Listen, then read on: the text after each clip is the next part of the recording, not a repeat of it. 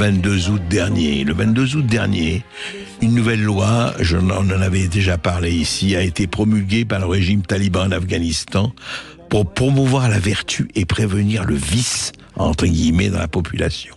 35 articles de loi qui interdisent aux femmes de se maquiller ou de se parfumer. Elles ne peuvent pas faire entendre leur voix en public et doivent se couvrir complètement le corps en présence d'un homme s'il n'est pas leur mari. Voilà, l'ONU a dénoncé un apartheid de gens, s'est dit préoccupés. Et oui, ils sont préoccupés. Ça changera quoi ? Ça ne changera rien, vous le savez. Mais qu'est-ce qui se passe en France ? Eh bien, en France, il y a une jeune femme afghane qui s'appelle Marzieh Hamidi. Elle est championne de taekwondo, d'art martial. Marzieh Hamidi est réfugiée en France. Eh bien, depuis quelques jours, elle est menacée de mort et de viol par mail, par message, etc. Écoutez.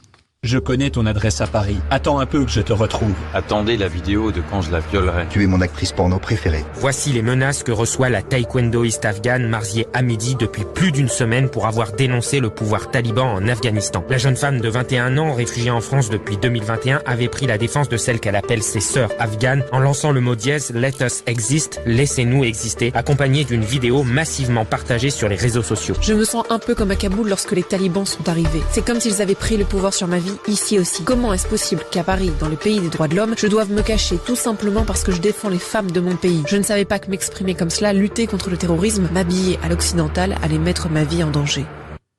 Voilà, c'est une vidéo du Figaro, du journal Le Figaro, bien sûr. Voilà, et oui, comment est-ce possible ? Comment est-ce possible qu'à Paris, quelqu'un qui arrive et qui dénonce le sort des femmes afghanes se fasse harceler, menacer de mort, et peut-être quelquefois, vous le savez très bien, on n'a pas attendu, hélas, pour que certains passent à l'action.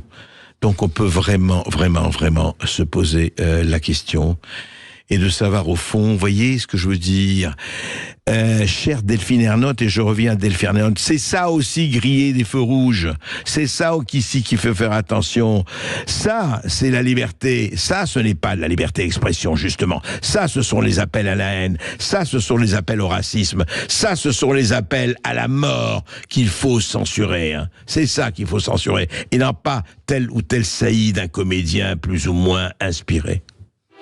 Sud Radio Berkov dans tous ses états.